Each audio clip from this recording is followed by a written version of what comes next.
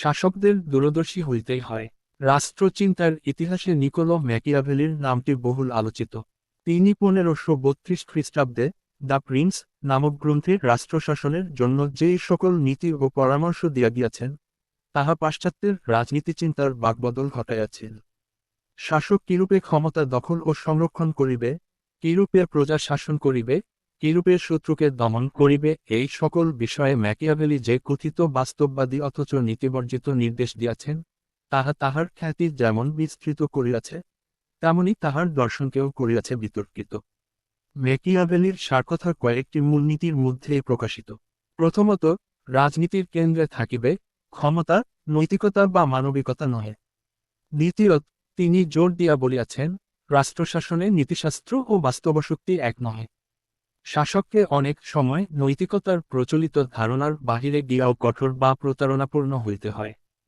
তৃতীয়ত, প্রজা শাসকের প্রতি ভালোবাসা রাখিলে ভালো, কিন্তু ভয় অনেক বেশি স্থায়ী ও নিশ্চিত নিয়ন্ত্রণ আনে। চতুর্থত, শাসককে সিংহের ন্যায় শক্তিশালী এবং শিয়ালের ন্যায় ধূর্ত তথা কৌশলী হইতে হইবে।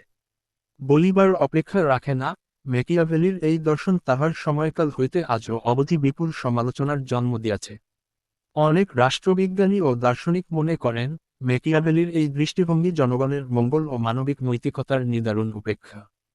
ক্ষমতা রক্ষা করিবার জন্য প্রতারণা, ভীতি প্রদর্শন, এমনকি নৃশংসতা অবলম্বন করিবার পরামর্শ মানবিক আদর্শ ও গণতান্ত্রিক মূল্যবোধের বিপরীত।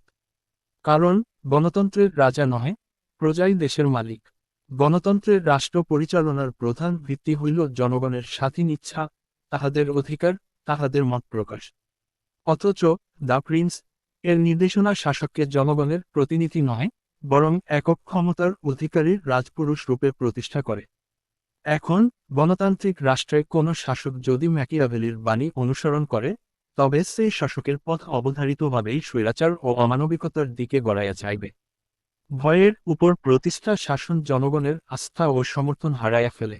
অন্যদিকে একবার শাসক অজনপ্রিয় হইলে ক্ষমতায় টিকিয়া থাকিবার জন্য সে আরও কঠোর পদক্ষেপ গ্রহণ করে, বিরুদ্ধ কণ্ঠ দমন করে, নাগরিক অধিকার হরণ করে। কারণ সে জানে ক্ষমতা হারাইলেই তাহার সর্বনাশ।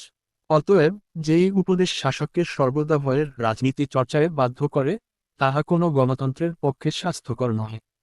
দুঃখজনক বিষয় হইল, তৃতীয় বিশ্বের বহু শাসক যেন আজও দ্য প্রিন্স এর শিক্ষা লইয়াই রাষ্ট্র পরিচালনা করেন।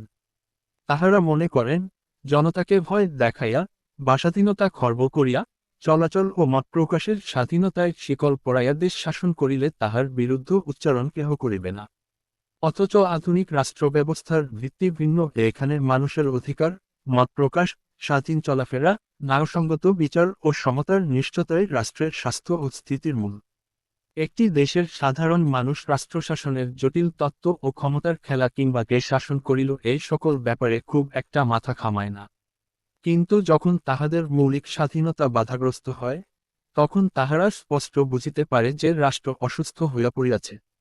বাসাধীনতা ও চলাফেরার স্বাধীনতা হরণ মানেই নাগরিক জীবনের শাশ্বত। এই শাশ্বতের ফলে জন্ম লয় অশান্তি, ক্ষোভ ও বিদ্রোহ। অতএব আজকের যুগে যখন গণতন্ত্রের নীতি বিশ্বজুড়িয়া স্বীকৃত, তখন ম্যাকিয়াভেলির দ্য প্রিন্স এর মতো রাষ্ট্রকে শাসন করিবার জন্য ভয়, প্রতারণা ও কঠোরতা অবলম্বন অত্যন্ত বিপজ্জনক। কারণ একটি রাষ্ট্রের বৃহত্তর জনগণের আস্থা, ন্যায়নীতি ও সাধারণ মানুষের স্বাধীনমত জীবনযাপনই হইল আধুনিক রাষ্ট্রচিন্তার মূল ভিত্তি। এই আধুনিক সময়ে যেই রাষ্ট্রের শাসক ইহা ভুলিয়া যান, সেই শাসক বুদ্ধিমান নহে, নিতান্তই বোকা। ফলে এই ধরনের রাষ্ট্রশাসকের জন্য দূরদর্শী রাষ্ট্রচিন্তকরা শুধু করুণাজ্ঞাপনই করিতে পারেন। কারণ এই ধরনের শাসককে তাহাদের নির্বুদ্ধিতার শাস্তি একসময় পাইতে হয়। এই জন্য শাসকদের দূরদর্শী হইতেই হয়, নচেত জনগণের ভোগান্তির শেষ থাকে না।